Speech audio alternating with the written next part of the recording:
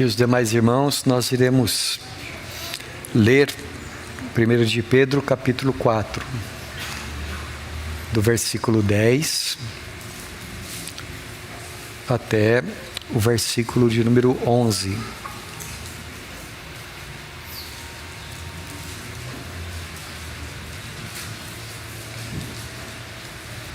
Primeira carta de Pedro, capítulo 4, do versículo 10 até o versículo 11, está escrito assim: Ora, o fim de todas as coisas está próximo. Sede, portanto, criteriosos e sóbrios, a bem das vossas orações. Acima de tudo, porém, tende grande ou tende intenso amor uns para com os outros, porque o amor cobre multidão de pecados. Sede mutuamente hospitaleiros, sem murmuração. Servi uns aos outros, cada um conforme o dom que recebeu, como bom despenseiros da multiforme graça de Deus. Se alguém fala, fale de acordo com os oráculos de Deus. Se alguém serve, faça-o na força que Deus supre, para que em todas as coisas seja Deus glorificado por meio de Jesus Cristo, a quem pertence a glória e o domínio pelos séculos dos séculos. Amém. Até aqui, meus queridos irmãos. Alguns temas, alguns assuntos são muito relevantes para o apóstolo Pedro, tanto que ele volta repetidamente a eles nessas duas breves cartas que ele escreveu. Um dos temas muito importantes para Pedro é o fato de que nós estamos vivendo aqui com os olhos na eternidade. Estamos aguardando a volta de Jesus. E o apóstolo Pedro ensina que quando Jesus vier, os céus e a terra, tal como nós conhecemos agora, serão desfeitos, serão abrasados pelo fogo. E este universo dará lugar a novos céus e nova terra, nos quais habita a justiça. No versículo 7 aqui do texto que nós acabamos de ler, é um dos vários lugares em que ele lembra a gente disso, dizendo assim: o fim de todas as coisas está próximo.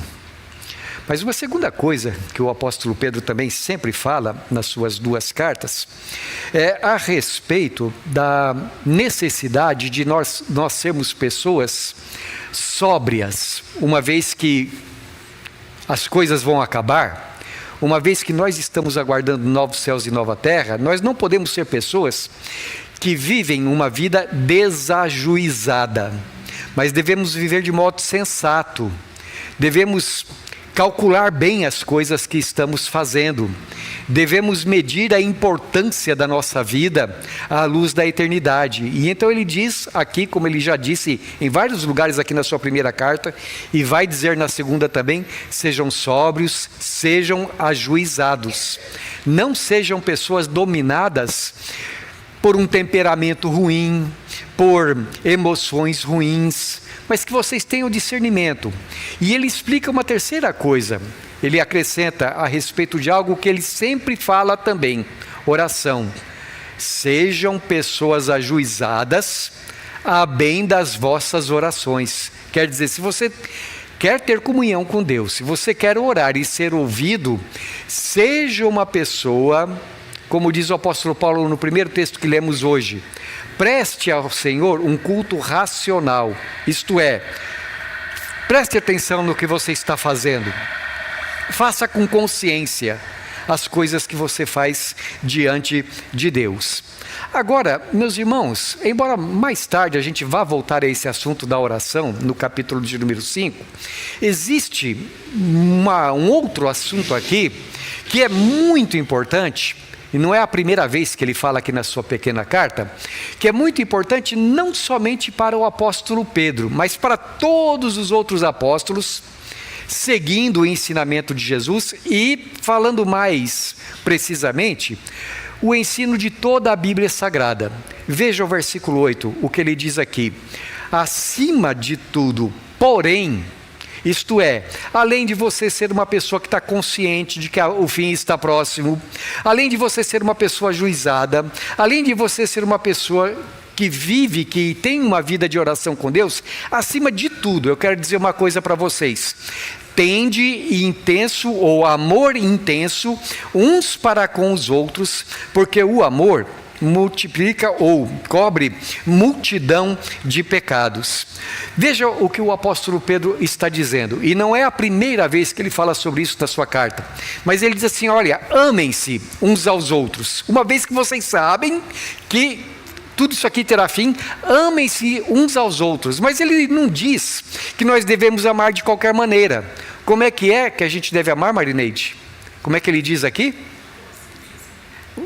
Como a nós mesmos. Como é que você ama a si mesmo? Ô Luiz, como é que Pedro diz que nós devemos amar aqui? Como é que ele diz? Tenham amor intenso. O que é intenso, meus irmãos? Forte, decidido, contínuo, determinado. Olha, eu estou falando de amor para vocês, mas não pode ser um amor qualquer, não. Tem que ser um amor, para usar a expressão do Senhor Jesus Cristo, né? Ou que o apóstolo João fala a respeito do Senhor Jesus: tendo Jesus amado os seus que estavam no mundo, amou-os até o fim. Isto é, Jesus, ele em momento algum deixou de amar, em momento algum ele voltou atrás nas atitudes do seu coração. E como eu disse para os irmãos, não é a primeira vez que Pedro fala sobre isso aqui. Veja por favor lá no capítulo 1, volte lá no capítulo 1, versículos 22 e 23, Pedro diz assim: tendo purificado a vossa alma pela vossa obediência à verdade, tendo em vista o amor fraternal não fingido, amai-vos de coração uns aos outros, e aqui tem uma palavra forte, ardentemente. Tem que ser uma chama ardendo dentro do teu coração, o amor fraternal. E ele explica que nós temos um grande recurso, ou uma grande capacidade para fazermos assim, quando no versículo seguinte ele diz assim: pois fostes regenerados, não de semente corruptível, mas de uma semente incorruptível, mediante a palavra de Deus, que é viva e que permanece para sempre. Veja o que o apóstolo Pedro está dizendo: a palavra de Deus fez uma obra na sua vida. A palavra de Deus regenerou você. Antigamente, é claro, nenhum de nós, meus irmãos, tinha na nossa própria natureza, na sua própria natureza, a capacidade de fazer aquilo que Pedro está ordenando aqui. Mas agora ele fala: só que você é uma nova criação, você é uma nova criatura, você é o tipo de pessoa que vai morar no novo céu e na nova terra. Então a sua vida tem que ser a vida de alguém que vai morar lá, que habitará lá.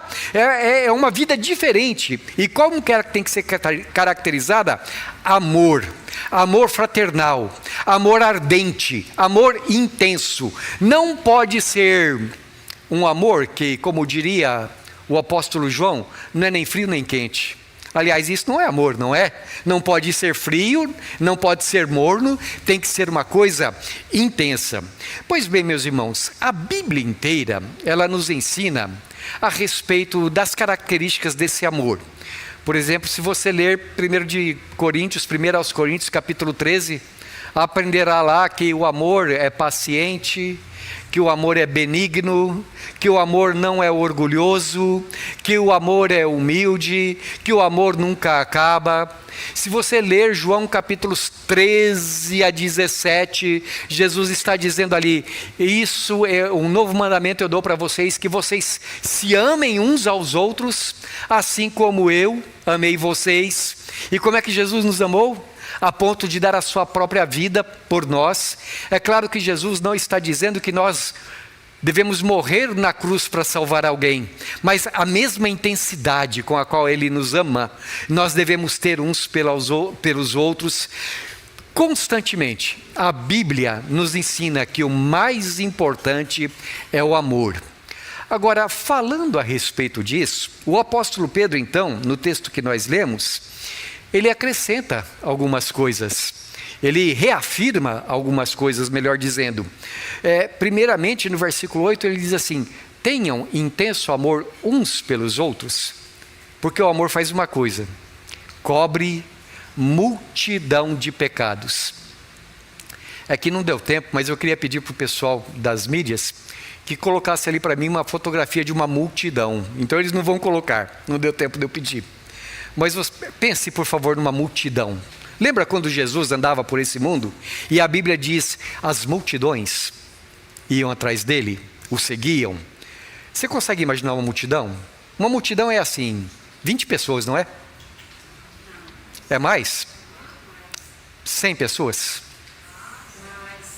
Quantas pessoas uma multidão? É que a gente não consegue mais contar. Por isso que é uma multidão.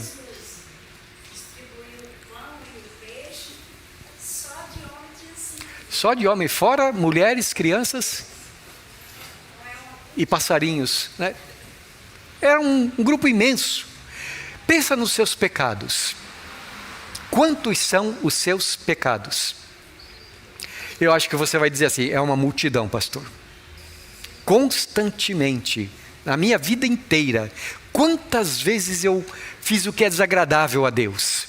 Quantas e quantas vezes minhas palavras, meus pensamentos, e o que Deus fez com a sua multidão de pecados, irmão?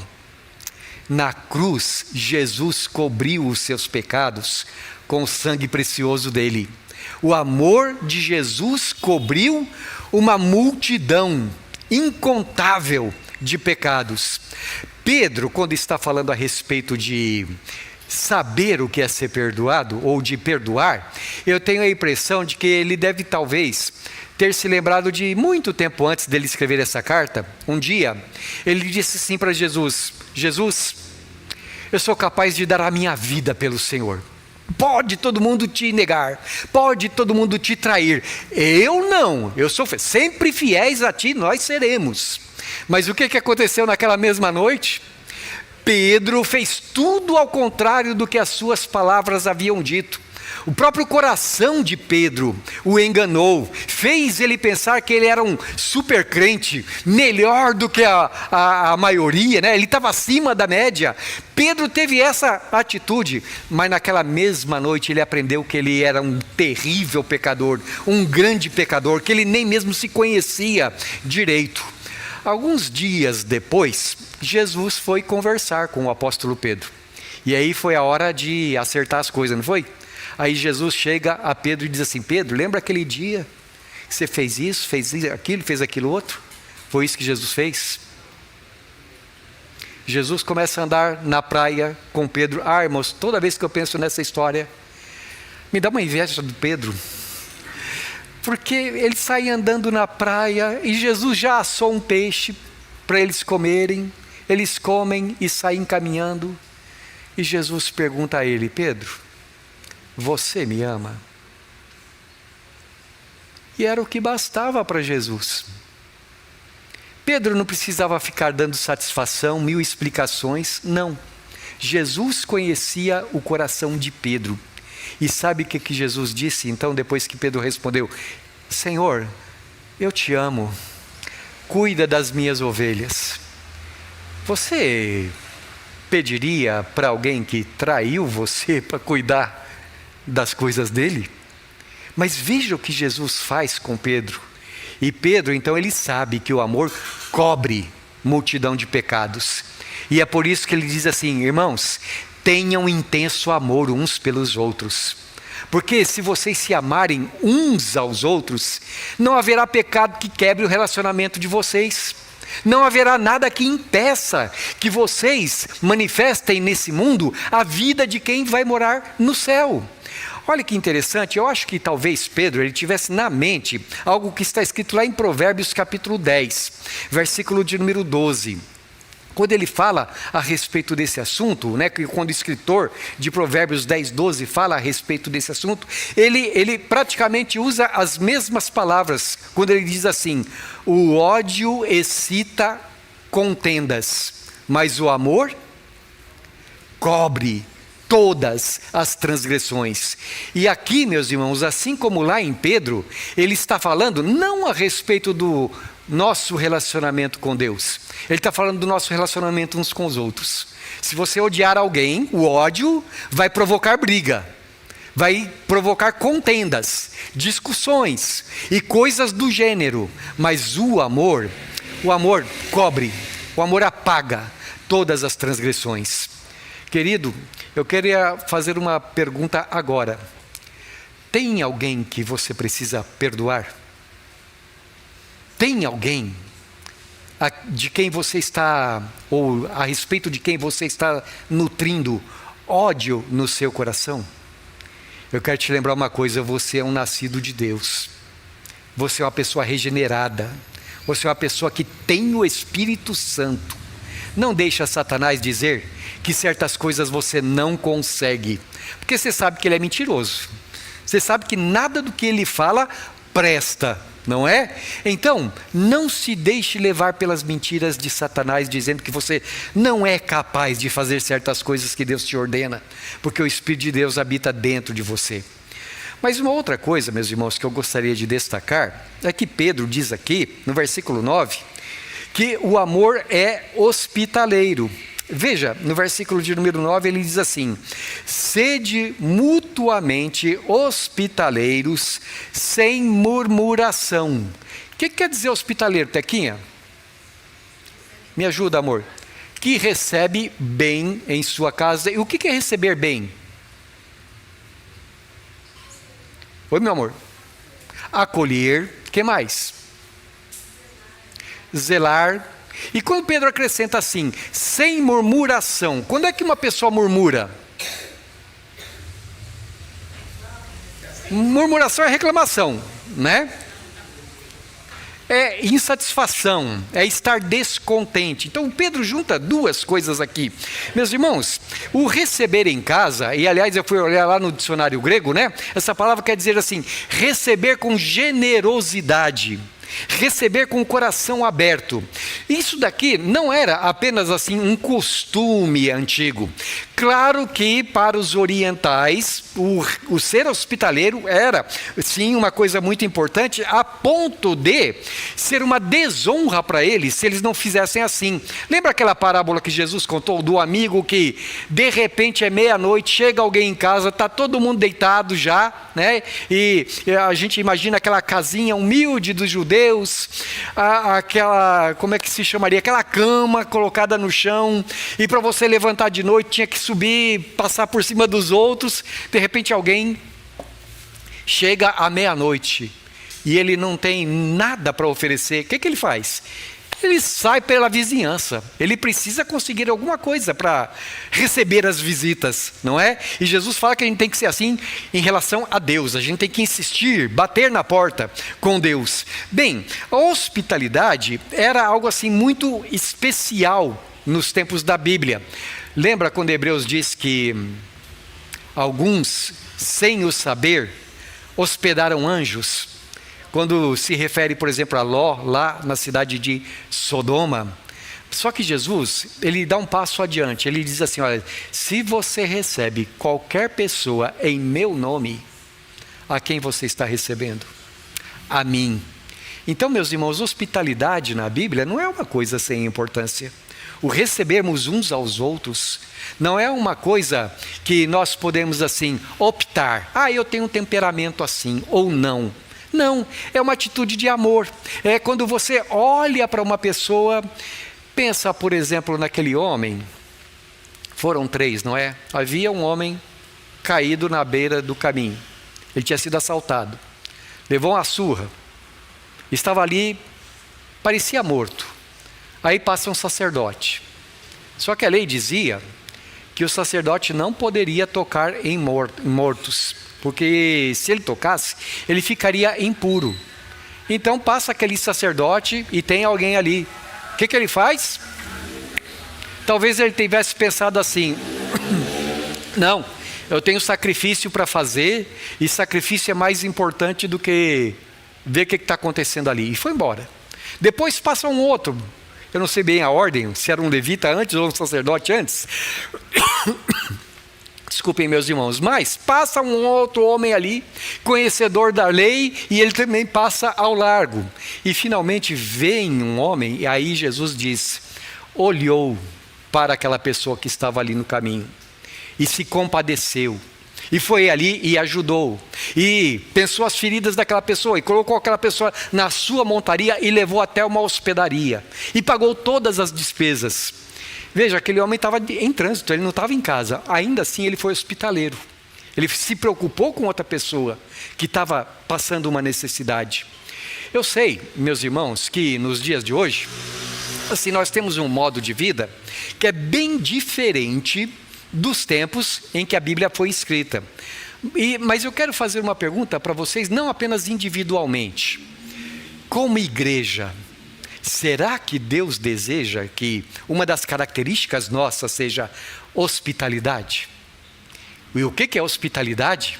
É a gente receber bem aqueles que Deus envia para nós, aqueles que nos visitam. Porque, por exemplo, nós temos aqui uma jovenzinha muito bonita que foi trazida pelo Leonardo, mas não foi só o Leonardo que trouxe ela.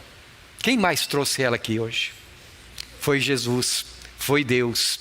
E o que Jesus diz na sua palavra? Desculpa, meu amor, eu fui me referir a você agora. Todo mundo vai te abraçar depois do culto, né? O que Deus diz na sua palavra? Receba aqueles que chegam a você. E quando você recebe alguém, você está recebendo em nome de Jesus. Eu quero fazer uma pergunta, irmão. Quando nós temos visitante, termina o culto, você ignora o visitante, vai cuidar da sua vida, vai embora, ou você é uma daquelas pessoas que tão fraternalmente se aproxima do visitante, abraça, pergunta o nome, diz, olha, nós estamos contentes. Não é uma coisa muito boa quando a gente vai a uma igreja e é recebido dessa maneira? Sede mutuamente hospitaleiros.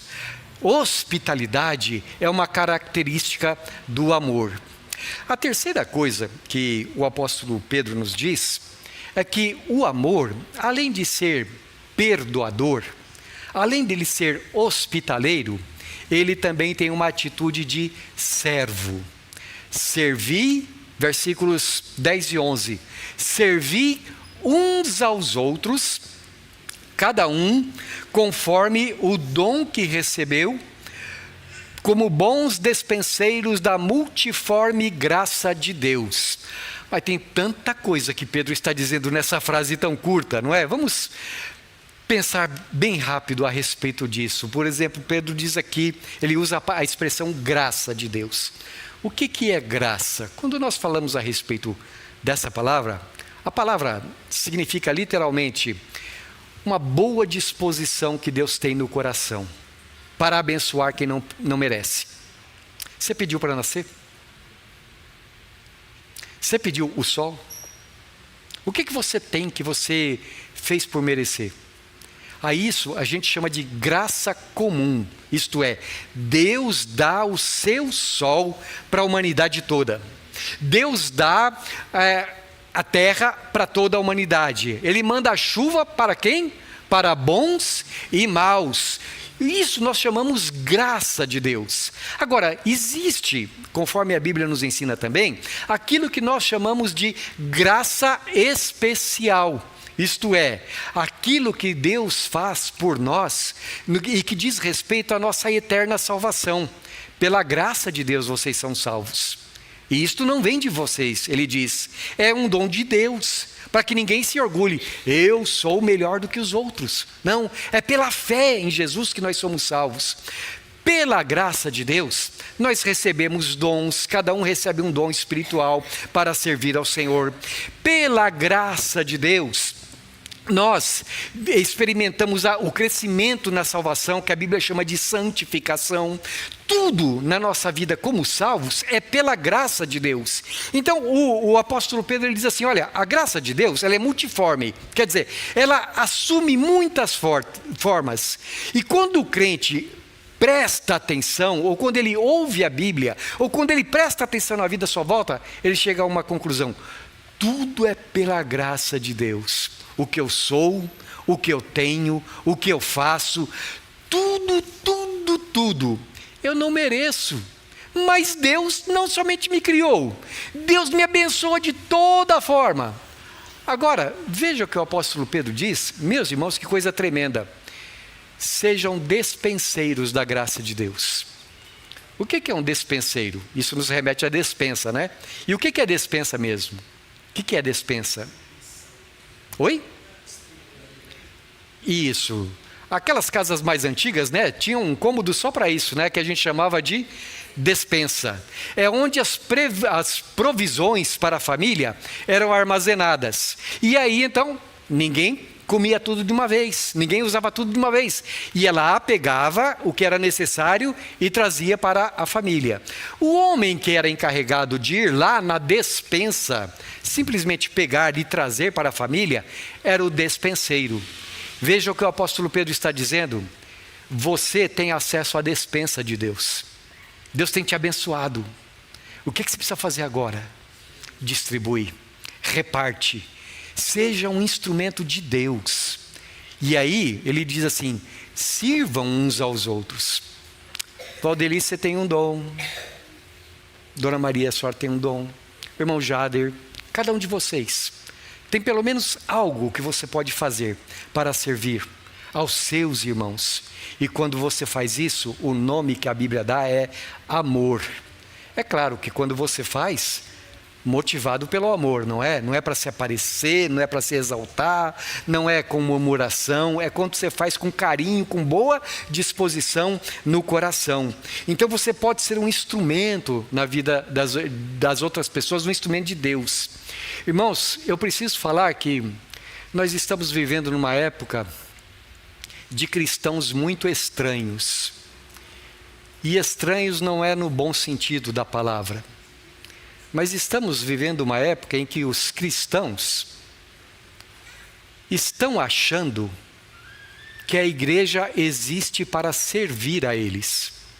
Vocês vão entender melhor o que eu vou dizer. Antigamente era o contrário. As pessoas diziam assim, eu estou aqui para servir. Mas no tempo em que estamos vivendo, bom, para começo de assunto, eu acho que foi muitas vezes por culpa das próprias lideranças das igrejas, que começaram a dizer assim, o que a gente pode fazer para a igreja crescer e se multiplicar? Nós precisamos dar um jeito de atrair as pessoas. E o que a gente pode fazer para atrair as pessoas? E aí então começaram a lançar mão de expedientes que Deus nunca falou na sua palavra. Começaram a inventar coisas para se tornarem igrejas, como muitos chamam de igrejas amigáveis. Sim, meus irmãos, a igreja tem que ser amigável. Mas isso não quer dizer que a igreja não tenha que falar de pecado. E que muitas vezes não se fala de pecado. Muitas vezes se fala a respeito de dinheiro. Olha, siga Jesus porque você vai ter dinheiro. Né? Venha e fazer parte do nosso clube gospel, não é? E então você vai ter uma vida diferente. Seja um vencedor.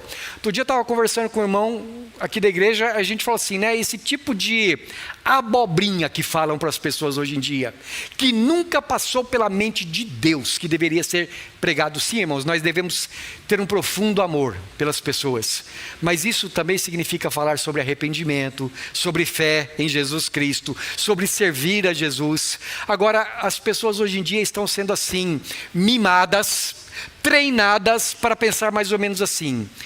Chega na igreja como se estivesse no restaurante, olha o cardápio, vê se gosta disso, se gosta daquilo, se não gosta, ou eu procuro outro restaurante, ou eu acho muito caro. E tem pessoas que tratam a igreja assim. Irmãos, igreja não é restaurante. Igreja não é clube dos iluminados, dos superpoderosos crentes. Igreja é lugar para se servir a Deus. E quando você serve a Deus, o que diz Jesus? O que ele ensina? Você vai se ajoelhar e vai lavar os pés dos outros. Você vai aprender a ser servo dos outros. Quando Pedro fala a respeito de amor, Pedro não está falando de, como é que dizia aquela frase antiga? Uma coisinha gostosa, quentinha aqui dentro do coração. Claro que sim, claro que o amor é assim também. Mas não é só isso. Amor é ação. Amor é, o irmão pecou contra mim, eu o perdoo em nome de Jesus. Como é que diz aquele cântico? Eu sei que foi pago. Ai, como é bonito esse cântico, né? É bonito, né, Laurinha? Tão lindo esse cântico. Eu fico tão emocionado quando eu canto. Mas não quero pagar o preço. Eu acho bonito cantar na igreja, mas na hora do vamos ver, então não pode ser assim. Amor cobre pecados. O amor recebe bem as pessoas. O amor serve. Irmãos, quando eu olho para essas características, sabe quem vem à minha mente? O nosso Salvador. Porque, primeiro, Ele cobriu os nossos pecados todos na cruz. Segundo, Ele falou assim, na casa do meu Pai, tem lugar para todos. Todo o que quiser. Na casa do meu Pai há muitas moradas. E eu vou preparar lugar para vocês. E finalmente, foi o amor que levou Jesus a vir, ele explica, e dar a sua vida por nós. O Filho do Homem não veio para servir, ou para ser servido, mas para servir. Quando nós desenvolvemos essas características, é com Jesus que nós estamos aprendendo, e é Ele que nós estamos imitando.